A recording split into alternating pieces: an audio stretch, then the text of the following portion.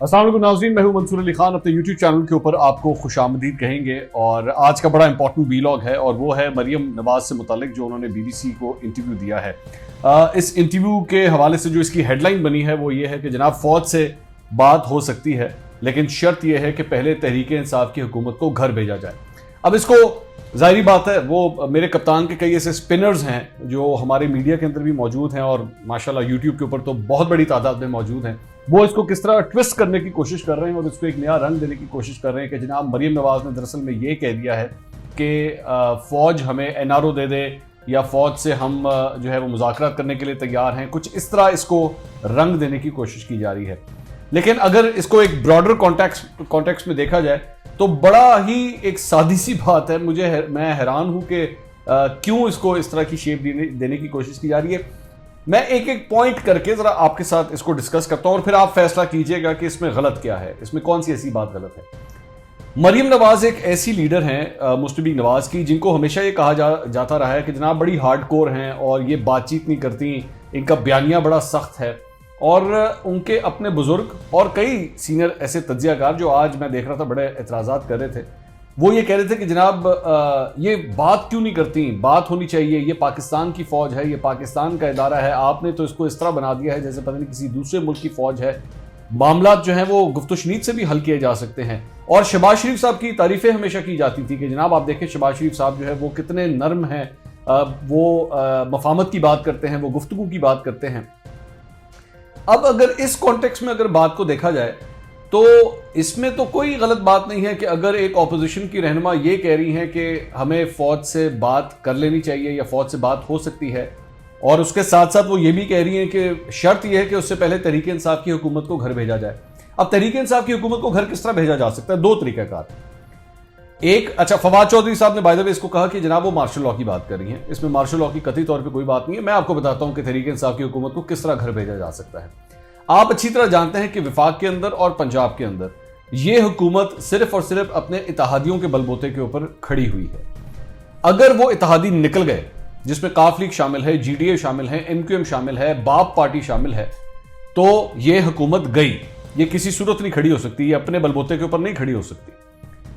अब कहने वाले कहते हैं कि दरअसल में ये जमातें कहीं से इशारे के ऊपर जो है वो इस इत्तेहाद के अंदर खड़ी हुई हैं।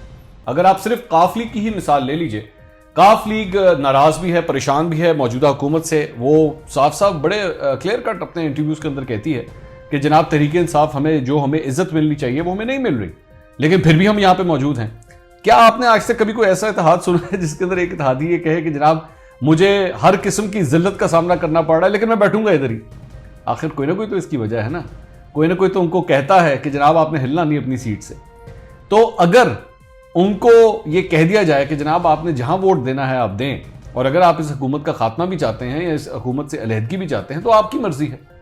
तो फिर मुझे बताइए क्या तहरीक-ए-इंसाफ की हुकूमत जाती है या नहीं जाती? हर सूरत जाती है, कोई किसी सूरत रुकती ही नहीं है। अच्छा, एक तो ये तरीकाकार है। दूसरा तरीकाकार ये है कि इस हुकूमत को किस तरह भेजा जाए कि अगर इलेक्शन होते हैं, अगर इलेक्शन कॉल आउट कर दिए जाते हैं, असेंबलियां तोड़ दी जाती हैं और मिड टर्म इंतखाबात की तरफ हम चले जाते हैं, तो क्या तब फौज से बात नहीं हो सकती अगले इलेक्शंस के हवाले से कि फौज का फिर उस सिलसिले में क्या किरदार होगा? मेरे ख्याल में कोई भी सियासी जमात इस सिलसिले में फौज के इदारे से बातचीत करने से कतराएगी नहीं। और सबसे इंपॉर्टेंट बात जो जानबूझ के मैं देख रहा था, जानबूझ के जिसे मिस किया जा रहा है, वो ये है कि जनाब ये सारी गुफ्तगू जो भी होगी वो अवाम के सामने होगी, अवाम को पता होगा कि क्या बातचीत हो रही है। तो इसमें क्या बुरी बात है? क्या अपने इदारे, फौज के इदारे से कोई बात कहना या उनसे बातचीत करना, किसी को डर लगता है क्या इस बात से? कोई प्रॉब्लम है? अगर कि कोई ये कहना चाह रहा है कि जी ठीक है, अगर मिसाल के तौर पे मैं ये खबर नहीं दे रहा, मैं मिसाल एक दे रहा हूं, अगर आप 1 मिनट के लिए उसको समझिए, कहीं ऐसा तो नहीं है कि दूसरी साइड से ये कह दिया गया है कि हाँ जी आइए बैठ के बात करते हैं, आइए बैठ के मुज़ाकरात करते हैं, और अगर दूसरा फरीक ये कह रहा है कि आइए बैठ के बात करते हैं और इस साइड से भी ये कह दिया गया कि हाँ जी हम भी मुज़ाकरात के लिए तैयार हैं, तो फिर परेशान होना तो वाकई बनता है। ये तो फिर हकीकत है। फिर तो जरूर ये कहा जा सकता है कि जनाब ये क्या हो रहा है, ये नहीं होना चाहिए।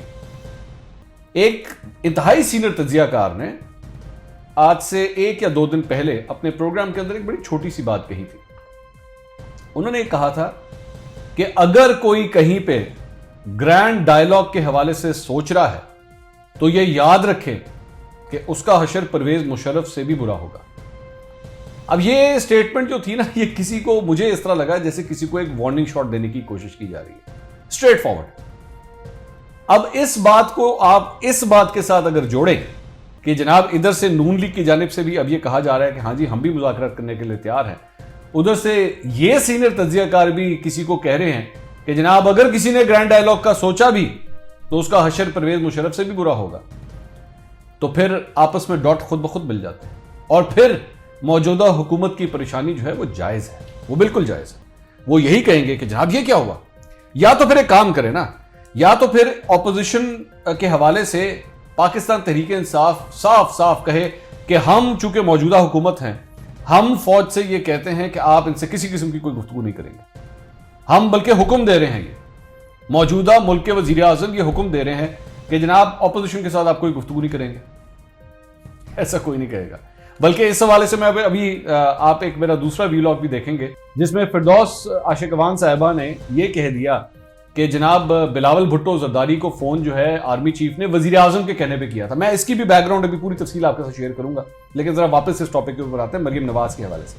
اچھا, مریم نواز پھر ساتھ یہ کہتی ہیں کہ جناب اسٹیبلشمنٹ کی جانب سے بہت سے لوگوں نے ہم سے رابطہ کیا, لیکن مجھ سے ڈائریکٹلی نہیں کیا, میرے آس پاس کے لوگوں سے کیا. تو اس میں کیا حیرانگی کی بات ہے, کوئی اس میں پریشانی کی بات ہے, مطلب اس میں کون سی نئی بات ہے؟ میں چلیں آپ کو بتا دیتا ہوں. یہ خبر تو میرے پاس پچھلے 3-4 مہینے سے ہمیشہ تھی کہ مختلف مواقعوں کے اوپر آس پاس کے جو لوگ ہیں, میں تو لوگوں کو بھی جانتا ہوں کون ہیں, جن کو یہ پیغامات بھجوائے گئے کہ جناب اپنے بیانیے کو ذرا نرم کریں, ان کو سمجھائیں کہ نام لینا چھوڑ دیں, ان کو سمجھائیں کہ تھوڑا سا سافٹ ہو جائیں, بس بہت اسٹرکٹ ہو گیا. اور بھی مختلف, خاص طور پہ وہ جو نیب عدالت کے باہر جو کچھ ہوا تھا, جو پتھراؤ شتراؤ اور یہ سب کچھ ہوا تھا, اس سلسلے میں بھی پیغامات آئے تھے. تو اس میں کون سی حیرانگی کی بات ہے؟ بلکہ اگر اور بھی میں آپ کو خبر دے دوں کہ اس کے بعد جو گاڑی کے ساتھ جو ہوا تھا, اگر آپ کو یاد ہوگا ان کی ونڈ سکرین کے اوپر ایک نشان پڑا تھا اور یہ کہا گیا تھا کہ جناب گولی فائر ہوئی ہے. مریم نواز یہ کلیم کر رہی تھی کہ گولی فائر ہوئی ہے.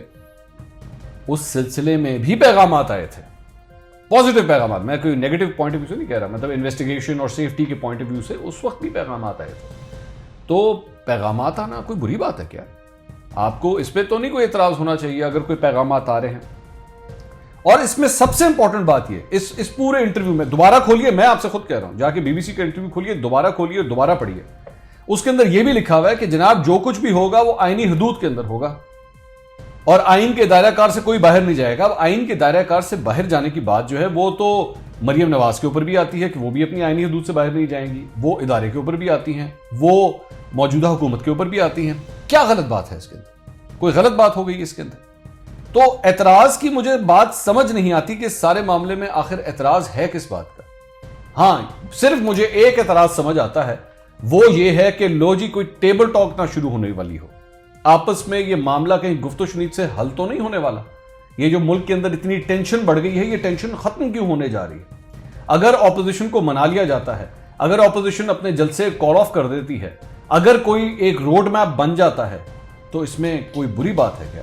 میرے نہیں خیال اس میں کوئی بری بات ہے. ہاں, یا تو پھر چند ایسے عناصر ہیں جو چاہتے ہیں کہ اس ملک کے اندر افراتفری رہے, اس ملک کے اندر دنگے فساد ہوں, اس ملک کے اندر لوگوں کی پراپرٹیاں جلائی جائیں, جلوس, جلسے, آنسو گیس, ٹیئر گیس, ہر قسم کا لاٹھی چارج ہو, لوگوں کو گرفتار کیا جائے, مظاہرہ کرنے کے اوپر لوگوں کی زبانبندی کر دی جائے, یہ سلسلہ چلتا رہے, تو پھر واقعی مذاکرات کا جو معاملہ ہے وہ واقعی آپ کے لیے تکلیف دہ. لیکن اگر اپوزیشن کی تمام جماعتیں اور موجودہ حکومت بھی, میں ساتھ ساتھ یہ بھی کہوں گا موجودہ حکومت بھی ان تمام مسائل کو حل کرنے کے حوالے سے ادارہ بھی بیچ میں بیٹھ کے, سارے سٹیک ہولڈرز بیٹھ کے اس معاملے کو حل کر لیتے ہیں, تو میرا خیال میں تو اس میں پاکستان کی بہتری نہیں ہے. کیا برا ہے اس کے اندر؟ دوبارہ انٹرویو پڑھیے گا اور جو باتیں میں نے آپ سے کہی ہیں اس کو غور سے اپنے دماغ کے اندر رکھیے گا, اور پھر سنیے گا ان تجزیہ کاروں کو کہ وہ کس طرح بات کو ٹویسٹ کرتے ہیں اور کس طرح بات کو پیش کرتے ہیں, تاکہ کہیں سے امن, چین اور سکون نہ آ سکے, جس کی وجہ سے بار بار یہ ڈنڈورا پیٹا جا رہا ہے کہ جناب NRO مانگ لیا ہے اور ادارے سے بات کرنے کی انہوں نے کوشش کی ہے. میری سمجھ سے باہر ہے کہ اس میں کیا غلط بات ہے. بہرحال اگر آپ کو ویڈیو پسند آئی ہو تو اپنا کامنٹ ضرور کیجیے گا کامنٹ سیکشن کے اندر, اور ہمارے چینل کو سبسکرائب کرنا مت بھولیے گا, بیل آئیکن کو ضرور پریس کیجیے گا تاکہ تازہ ترین اپڈیٹس آپ کو ضرور ملتی رہیں. شکریہ.